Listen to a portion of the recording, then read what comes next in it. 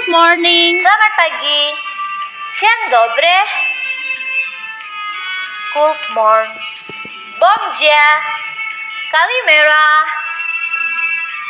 Bunt mata. Buenos dias. Bismillahirrahmanirrahim. Assalamualaikum warahmatullahi wabarakatuh. Alhamdulillahirabbil alamin. Allahumma salli ala Muhammad wa ala alihi wa sahbihi wa sallim. Rabbi israh li sadri wa yassir li amri wahlul 'uqdatam min lisani yafqahu qawli. Terima kasih atas kehadiran rekan-rekan dan berbahagia. Berjumpa kembali bersama saya Sri Yusriani Sarah dari Billund Denmark di sini dalam sesi manajemen pemasaran inisiasi ke-8. Pada minggu ke-8 ini kita akan membahas mengenai topik menyerahkan nilai pelanggan. Sudah terlihat ya? Mengenai menyerahkan nilai pelanggan adalah proses ya, bahwa ini adalah proses penting dalam manajemen pemasaran yang melibatkan serangkaian kegiatan untuk memastikan bahwa produk atau jasa yang dihasilkan oleh perusahaan dapat diakses oleh konsumen tentu saja. Tentu saja dengan cara-cara yang efisien dan efektif. Ada dua aspek utama dalam hal ini dalam menyerahkan nilai pelanggan, yaitu yang tadi pertama adalah merancang dan mengelola jalur distribusi, saluran pemasaran dan jaringan nilai. Ya, kita bisa mengetahui apa saja fungsi saluran pemasaran sehingga kita bisa memilih saluran pemasaran yang paling efektif dalam perusahaan atau organisasi tempat kita berkarya. Kemudian tentu saja setelah implementasinya ada evaluasi, bagaimana kriteria ekonominya, kriteria kontrolnya, kemudian dalam kemampuan beradaptasi.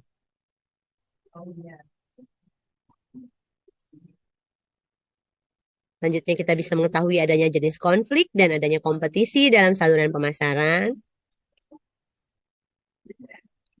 Dan nanti yang kedua, mengelola retail, distributor, dan logistik. Jadi rekan-rekan yang berbahagia dalam desain jalur distribusi, perusahaan tentu saja perlu memilih jenis jalur distribusi yang paling sesuai dengan produk mereka. Ini kata Kotler and Keller 2016. Bagaimana kemungkinan target pasar? Seperti biasa, kita senantiasa menganalisis dan strategi pemasaran secara keseluruhan.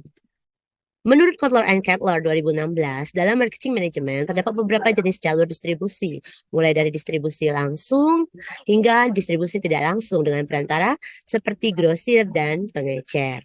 Mengenai manajemen jalur distribusi ini, setelah adanya perancangan, perusahaan perlu mengelola jalur tersebut tentunya secara efektif untuk memastikan bahwa produk tersedia. Tentu saja produk harus tersedia di tempat yang tepat, dalam jumlah yang tentu tepat pula, dibutuhkan oleh konsumen di waktu yang tepat. Seperti itu. Kemudian, hal kedua mengelola retail, distributor, dan logistik. Ini adalah pengalaman yang selalu berkembang bagi rekan-rekan yang tentu saja saat ini bekerja pada manajemen pemasaran.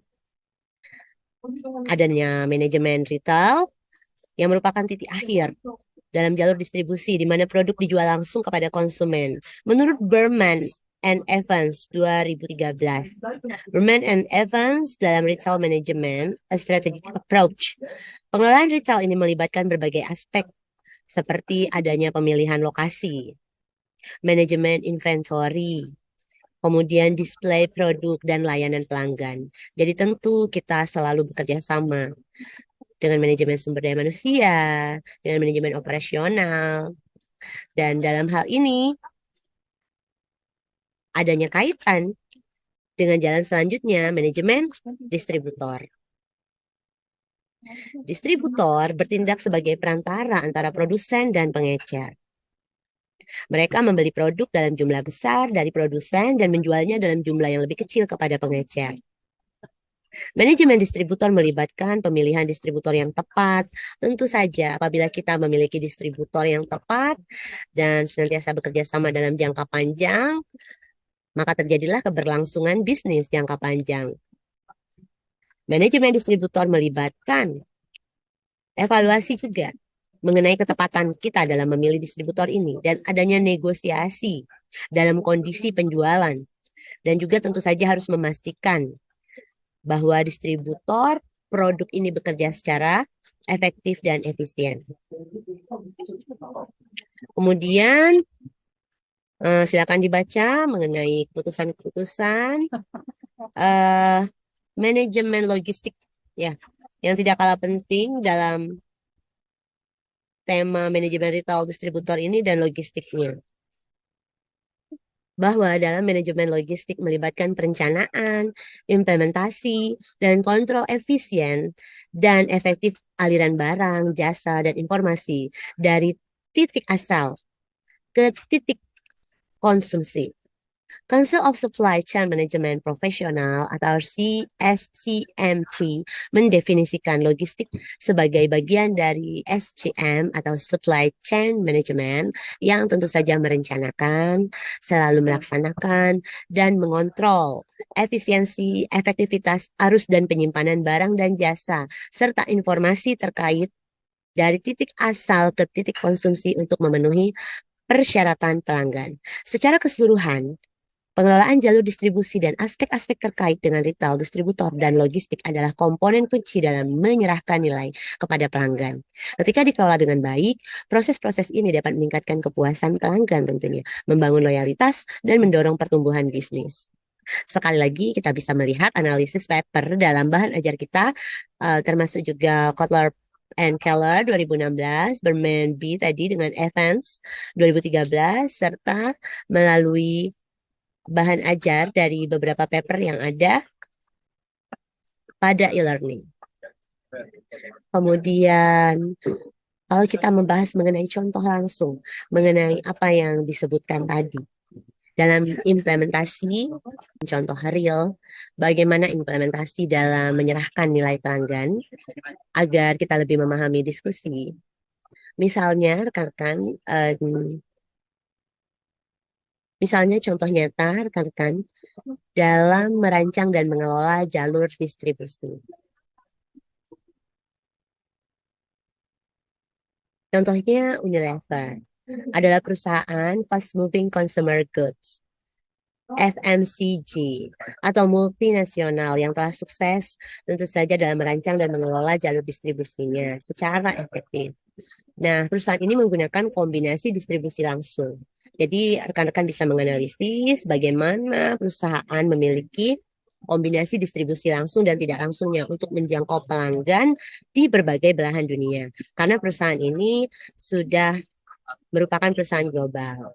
Desain jalur distribusinya, mereka mengidentifikasi jalur distribusi yang tepat berdasarkan karakteristik produk. Dan tentu saja mereka melakukan analisis pasar. Jadi target pasarnya senantiasa update dan beradaptasi dengan mengetahui nilai pelanggan. Untuk produk dengan permintaan tinggi dan masa simpan yang lama, perusahaan mungkin menggunakan distributor. Dan untuk produk yang premium atau yang memerlukan penanganan khusus yang istimewa, mereka mungkin memilih untuk mendistribusikannya secara langsung. Dalam hal ini, mereka langsung ke pengecer dan juga ada distribusi dengan cara langsung kepada konsumen dari pihak internal perusahaan. Kemudian, manajemen jalur distribusi. Mereka selalu berterusan memantau, mengevaluasi, dan mengoptimalkan jalur distribusi untuk memastikan efisiensi dan keefektifan.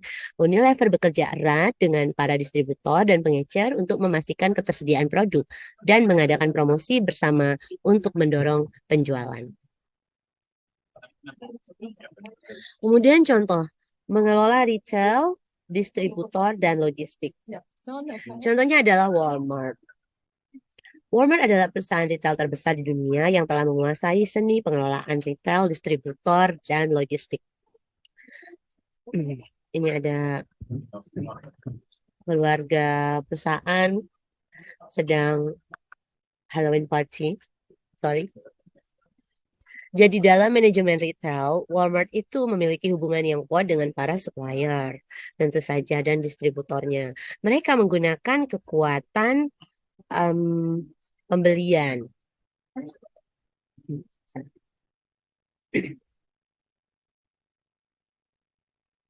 Walmart terkenal dengan efisiensi operasionalnya dan kemampuan untuk menawarkan harga yang sangat kompetitif. Mereka berinvestasi besar-besaran dalam teknologi untuk mengelola inventory dan memastikan bahwa produk yang tepat tersedia di rak pada waktu yang tepat, yang konsumen betul-betul membutuhkan di waktu tersebut. Kemudian, manajemen distributornya. Walmart memiliki hubungan yang kuat dengan para supplier dan distributor. Mereka menggunakan kekuatan pembelian mereka untuk bernegosiasi mengenai harga yang kompetitif. Kemudian mereka juga selalu menganalisis kondisi pengiriman yang menguntungkan. Kemudian manajemen logistiknya. Perusahaan ini memiliki salah satu jaringan logistik tercanggih dan efisien di dunia. Mereka menggunakan sistem manajemen gudang dan transportasi canggih untuk memastikan bahwa barang dapat berpindah dari pemasok ke gudang dan dari gudang ke toko dengan biaya yang rendah dan waktu yang efisien. Ya, kedua contoh perusahaan ini menunjukkan pentingnya bagaimana perancangan dan pengelolaan jalur distribusi serta mengelola retail, distributor, dan logistik dalam hal menyerahkan nilai kepada pelanggan. Keberhasilan mereka dalam aspek-aspek ini telah menjadi faktor kunci dalam pencapaian posisi kompetitif mereka di pasar, terutama pasar global. Ya, sumber-sumbernya tadi dalam karyanya Kotler and Keller, Marketing Management, karyanya Berman and Evans, 2013 juga, kemudian Walmart Annual Report, juga dalam Unilever Annual Report, 2020. Oh ya rekan-rekan, ada hubungan tentunya antara event sepanjang tahun dengan kegiatan yang kita bicarakan tadi mengenai merancang dan mengelola jalur distribusi, kemudian mengelola retail, distributor, dan logistik. Tentu saja hubungan antara kegiatan ini sangat erat dengan perayaan atau event sepanjang tahun. Jadi perusahaan perlu memastikan bahwa mereka siap untuk memenuhi permintaan para pelanggan tersebut. Jadi misalkan saja dalam perayaan tertentu, contohnya ketika ada beberapa rekan yang lewat barusan, satu keluarga menggunakan busana Halloween party. Kemudian minggu lalu ada satu keluarga lainnya lewat di beberapa ruangan Apple House ini sedang menggunakan busana dan dekorasi khusus pesta kebun menyambut autumn. Semua itu sangat signifikan. Termasuk kalau di Asia ada perayaan seperti Natalan, Lebaran, Tahun Baru Cina, atau perayaan tertentu ketika banyaknya wisuda sekolah atau universitas, maka perusahaan mempersiapkan inventory, memastikan bahwa produk yang akan diminati selama perayaan tersebut dapat tersedia dalam jumlah yang cukup. Kemudian tentu saja perusahaan melakukan optimasi rute distribusi, jadi menyesuaikan rute distribusi untuk memastikan pengiriman tepat waktu, terutama untuk produk yang memiliki masa simpan pendek atau permintaannya yang tentu saja sangat tinggi. Kemudian adanya komunikasi yang selalu meningkat dalam hal kemajuan distributor dan retailnya untuk memastikan bahwa semua pihak dalam jaringan distribusi sadar akan potensi peningkatan permintaan tersebut dan siap untuk menanganinya.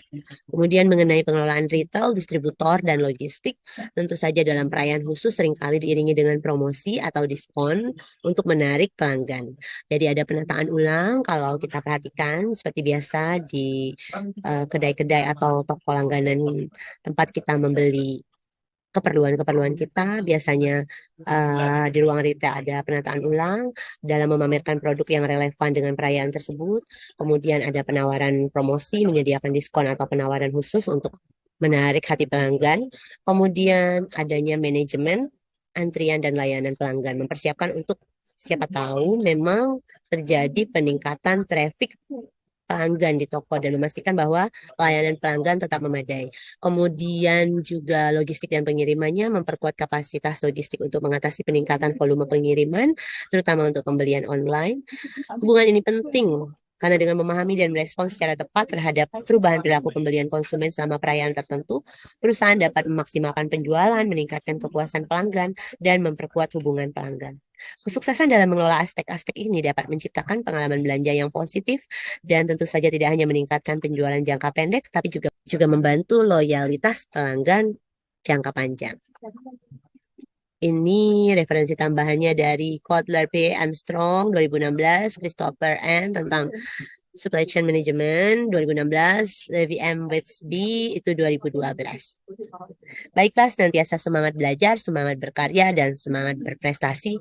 Sampai jumpa lagi dalam sesi selanjutnya. Saya Sri Yusriani Sarah dari Denmark. Sampai jumpa. Stay healthy. Assalamualaikum warahmatullahi wabarakatuh. Menurut kehendak yang kuasa.